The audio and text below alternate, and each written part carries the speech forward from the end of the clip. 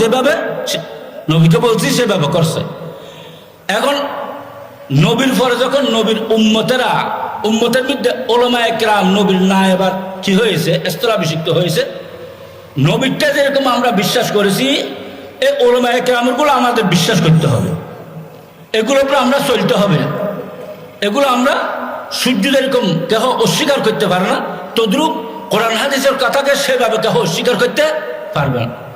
যদি আমি করি তাহলে আল্লাহ বলবে তুমি আমার হাবিবের দেওয়াটা ধরো নাই, নিষেধ করছে ছাড়ো নাই, তুমি তোমাকে স্বাধীন বানাইছো, তাহলে তোমার গুনাহ মাফ হবে না, তোমার দরজাত বুলন্দ হবে না, নেক সওয়াব তোমার আমলনামায় লেখা হবে না।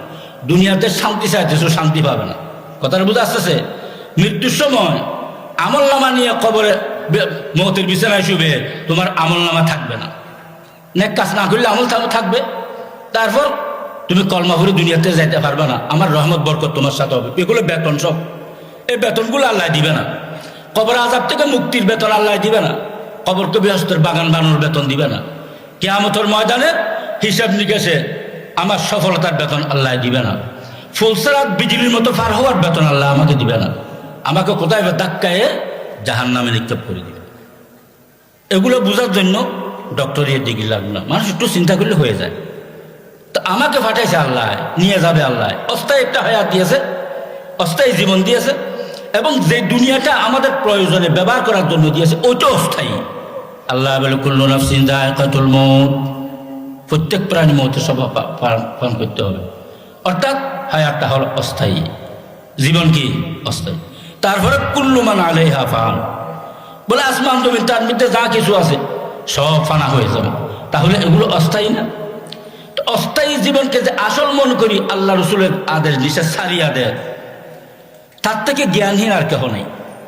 দুনিয়াকে অন্তরে ঢুকায়, দুনিয়াকে আসল মনে করে, তার থেকে জ্ঞানহীন কেহ নাই, বেকুফ আর কেহ নাই।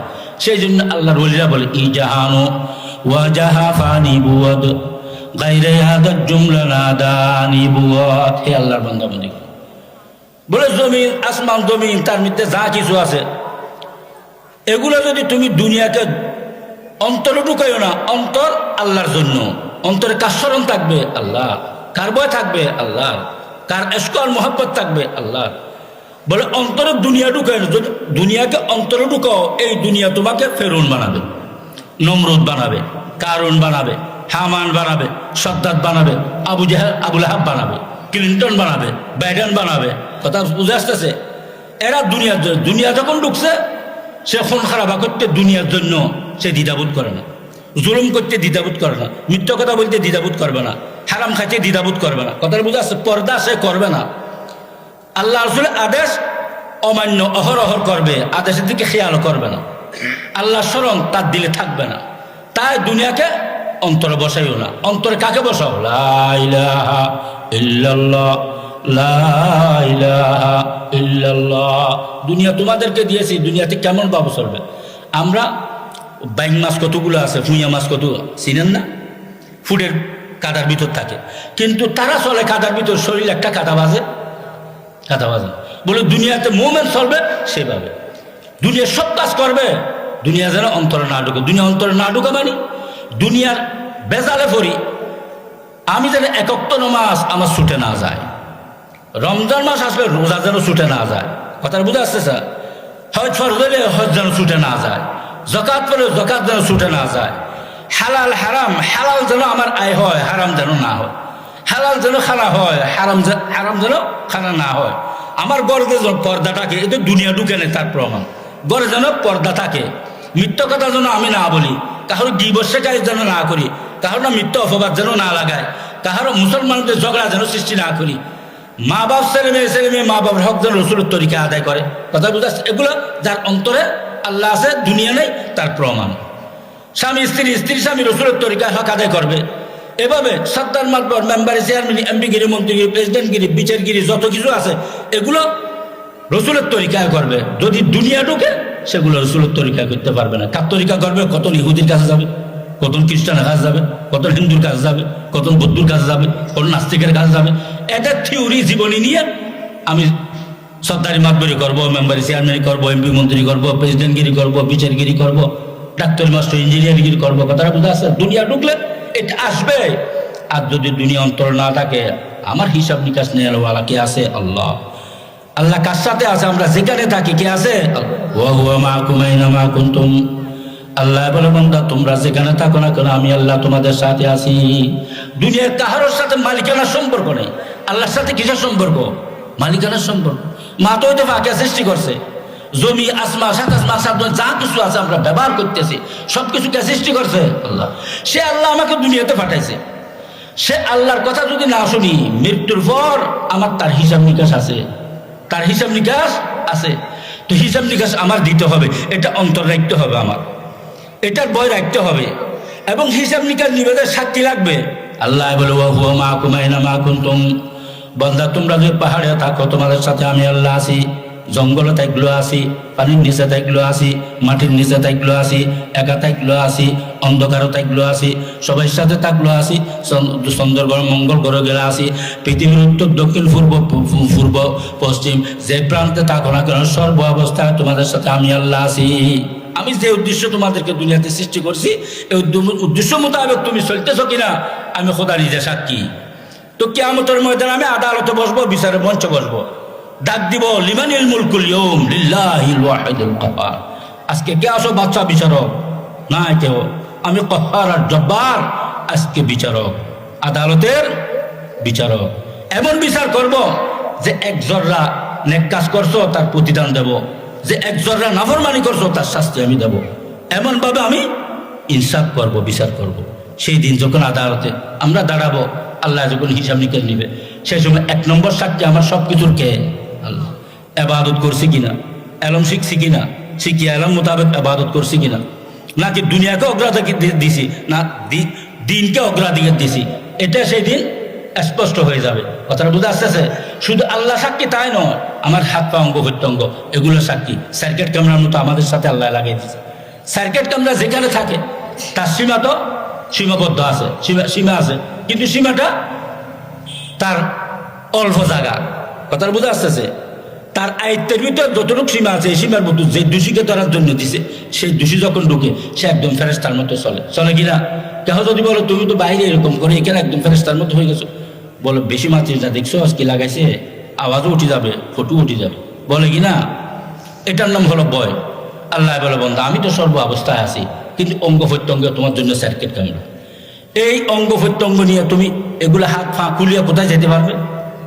তা হাত পা সবসময় আছে, জঙ্গলে যাও, পাহাড়ে যাও, মাটির নিচে যাও, পানির নিচে যাও, পায়খানা যাও, বাথরুমে যাও, বিদেশে যাও, দেশে থাকো, চন্দ্রগ্রহ মঙ্গল যেখানে যাও, সব জায়গায় অঙ্গ প্রত্যঙ্গ। বলে তুমি এই হাত পেয়ে আল্লাহর আদেশের ভিতর ব্যবহার করছো নাকি নিষেধে ব্যবহার করছো?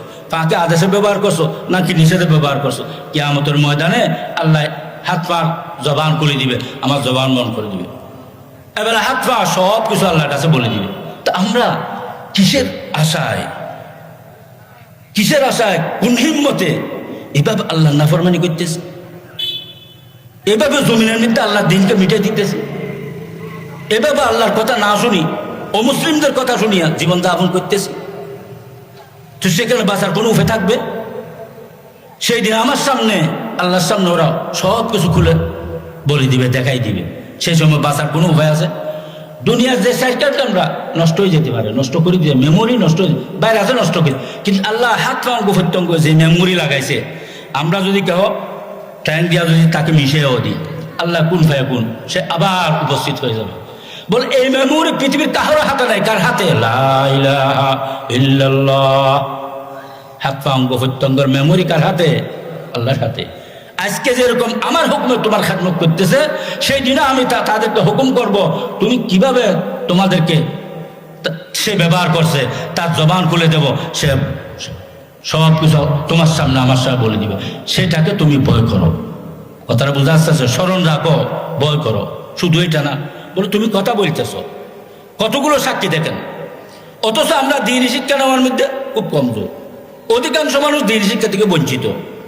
আর দ্বীনি শিক্ষা যেখানে মাদ্রাসা মসজিদ হয়, সেগুলো দ্বিতীয় তৃতীয় স্থানে রাখি আমরা, সেগুলোর মধ্যে। অথচ ছাত্র উপবাস থাকে বহু সময়, ওস্তাদের মাসে বেতন পায় না, ঘরের অভাবে ছাত্ররা কষ্ট করে থাকতে হয়। কিন্তু যেগুলো আমার উপর ফরজ না, না করলে জাহান্নামে যাব না, করলে, রসুলের তরিকা করলে লাভ হবে, রসুলের তরিকা ছাড়া করলে বরং জাহান্নামী হবো। সে কাজগুলোর জন্য মিলিয়ন মিলিয়ন টাকা আমরা খরচ করতেছি, সেগুলো সর্বাগ্রে আমরা রাখছি, প্রথম লাইনে রাখছি এগুলোকে, বলে এগুলো না হলে দুনিয়া চলবে না, এগুলো ছাড়াও দুনিয়া চলে। কথাটা বুঝা আসতেছে? আগে চলে নাই, আগে এত এরকম বড় বড় ইঞ্জিনিয়ার ছিল নি, বড় বড় দার্শনিক বৈজ্ঞানিক ছিল নি। কথাটা বুঝা আসতেছে? এগুলো ছাড়াও এক সময় আসি যাবে, শুধু ডাল তলোয়ার যুদ্ধ থাকবে, অ্যাটম ম্যাটম সব চলে যাবে। কথাটা বুঝা আসতেছে? কোনো বন্দুক ফন্দুক থাকবেন, আবার সেই যুগ ফিরিয়ে আসবে, এবার একটা সময় আসবে। কথাটা বুঝা আসতেছে? তো এগুলো এখন প্রয়োজন, তা আল্লাহ ব্রেইন দিয়েছে মানুষকে, দার্শনিক বৈজ্ঞানিকের ব্রেইন দিয়েছে কিছু মানুষকে, ইঞ্জিনিয়ারের ব্রেইন দিয়েছে কিছু মানুষকে, ডাক্তারি ব্রেইন দিয়েছে কিছু মানুষকে, মাস্টারি ব্রেইন দিয়েছে কিছু মানুষকে। কথাটা বুঝা আসতেছে? দিয়েছে কেন? এগুলো দুনিয়াতে লাগে, দুনিয়াতে বন্দারা শিখবে, শিখে আমি আল্লাহর আদেশ মোতাবেক এগুলো ব্যবহার করবে, দুনিয়ার কাজও পুরা হবে, আখিরাতের কাজও পুরা হবে। এটা না যে এটা আসল দিন, নকল এটা না, দিন আসল, এটা নকল অস্থায়ী। কথা বুঝা? যে আমরা অস্থায়ীকে স্থায়ী বানাইছি, স্থায়ীকে অস্থায়ী বানাইছি, এটা হলো আমাদের বুঝের বেশ কম। আমি যখন মুসলমান, কোরআন হাদিসে এই কথাগুলো বাধ্যতামূলক মানতে হবে। যদি আমি কলমা নিয়ে যাইতে চাই, বাধ্যতামূলক মানতে হবে কবর আযাব থেকে মুক্তি চাইলে, বাধ্যতামূলক মানতে হবে খানা খাওয়া যেরকম প্রয়োজন তার চেয়েও বেশি প্রয়োজন, ঘুম যাওয়া যেরকম প্রয়োজন তার চেয়েও বেশি প্রয়োজন, ঘর বাঁধা যেরকম প্রয়োজন তার চেয়েও বেশি প্রয়োজন। ঘর বাঁধতে না পারলে, উপবাস থাকলে, অসুস্থ থাকলে আল্লাহ জিজ্ঞেস করবে না এরকম তো আসছো, কিন্তু আল্লাহ জিজ্ঞেস করবে মান রব্বুকা ওয়া মা দীনুকা। কথাটা বুঝে আসতেছে? এটার উত্তর ওই ব্যক্তি দিতে পারে যে জীবনকে ইবাদত বানাইছে, ইবাদত করার জন্য ইবাদত শিক্ষা করছে, ছেলে মেয়েকে শিক্ষা দিয়েছে, একে অপরের শিক্ষা দিয়েছে, আল্লাহর দেওয়া শিক্ষা ব্যবস্থাকে সর্বোচ্চ স্থানে রাখছে। কথাটা বুঝে আসতেছে? তো আমরা সবাই মিলে এই কাজটা করতে হবে, বুঝতে হবে, চিন্তা করতে হবে। কেহ কেউ বুঝে এগুলো আমাদেরকে মনে হয় হুজুরে তারা সব ক্ষমতা তো হুজুরদের নিজে নেয় না, কে দিয়েছে ক্ষমতা? আল্লাহ দিয়েছে। আল্লাহ বলে ইন্নামা ইয়াখশাল্লাহা মিন ইবাদিহিল উলামা। কথা আমার জমিনে আমার বন্দাদের মধ্যে সবচেয়ে আমাকে বেশি বইকারী উলামায়ে কিরাম।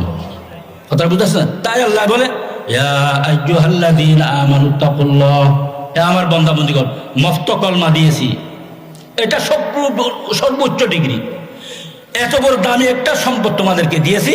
এই সম্পদটা রক্ষা করতে চাইলে তুমি আমার ভয়ের বেষ্টনীর ভিতর ঈমানকে রাখতে হবে, আল্লাহর ভয়ের বেষ্টনীর ভিতর ঈমানকে রাখতে হবে। বলে এই ভয়টা কেমনে অর্জন করবো?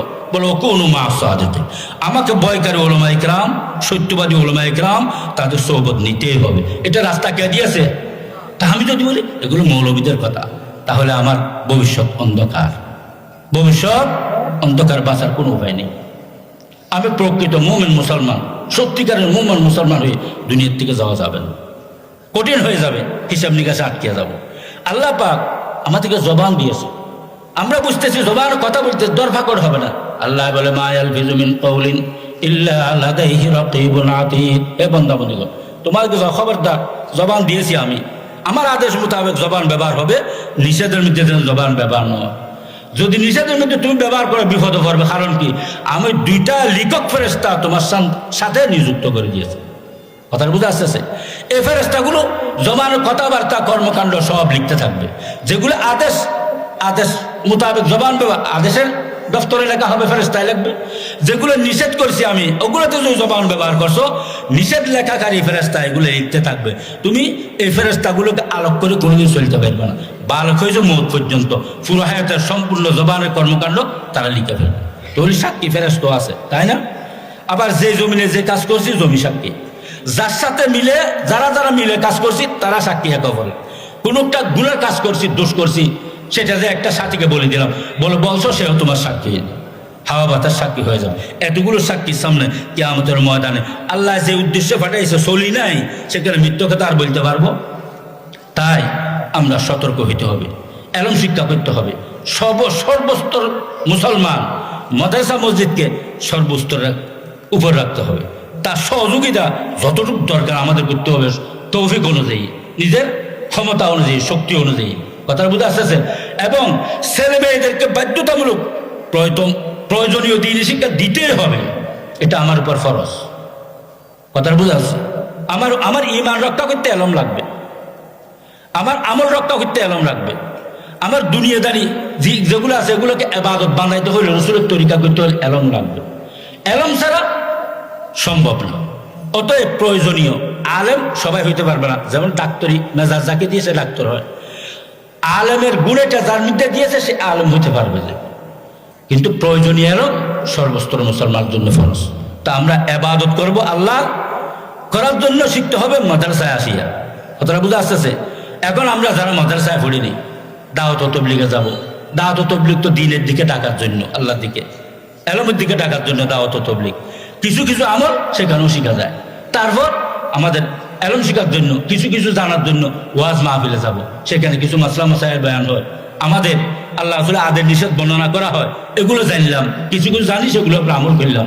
আর যেগুলো আমি জানি না, আমি করতে হবে কোনো একটা কাজ, আলেমদের কাছে আসবো, বড় বড় ওলামা ইকরামদের কাছে যাবো। হুজুর এই কাজটা করতে চায় আল্লাহ রাসূলের শরীয়ত মোতাবেক, এটা আমি কিভাবে করব? এটার আদেশ নিষেধ কি আমি জানি, সেই কাজটা করব। কথাটা বুঝে আসতেছে? আলেম না হলেও জানিয়ে আমল করা যায়, আলেম না হলেও জানিয়ে আমল করা যায়। তো আমরা জানিয়ে আমল করব, সেই জন্য আল্লাহ এবং রসুলের আমাদেরকে রাস্তা দেখাই দিয়েছে। ওলামা ইকরাম হলো তার সেই সব কিছুর উস্তাদ, সব কিছুর মুরব্বী, সবাই মুরব্বী। তো আমরা ওলামা ইকরামদেরকে, আল্লাহ রসুলকে ভালোবাসলে ওলামাকে ভালোবাসতে হবে। আল্লাহ রসুলকে আমরা যে ইজ্জত সম্মান নজর দেখি, আল্লাহ রসুলের পর সর্বোচ্চ ইজ্জত সম্মান হবে ওলামা ইকরামের। এটা যদি আমরা করি, আমাদের কলব অন্তর আল্লাহ হেদায়েত দিয়ে ভরে দিবে ইনশাআল্লাহ। রাজি আছি তো ইনশাআল্লাহ? কথা এটা তো গ্রাহ্য হয়ে যাবে। আমাদের পীর হযরত মাওলানা সুলতান আহমদ তানভীর রহমতুল্লাহ আলাইহি সাহেবজাদা আসছেন, উনি মূল্যবান বয়ান করবেন, দোয়া করবেন। রাত হয়ে গেলে সবাই কষ্ট পাবে, বুঝতে মনে চাইবে না। সেই জন্য আমি এত দূর শেষ করতে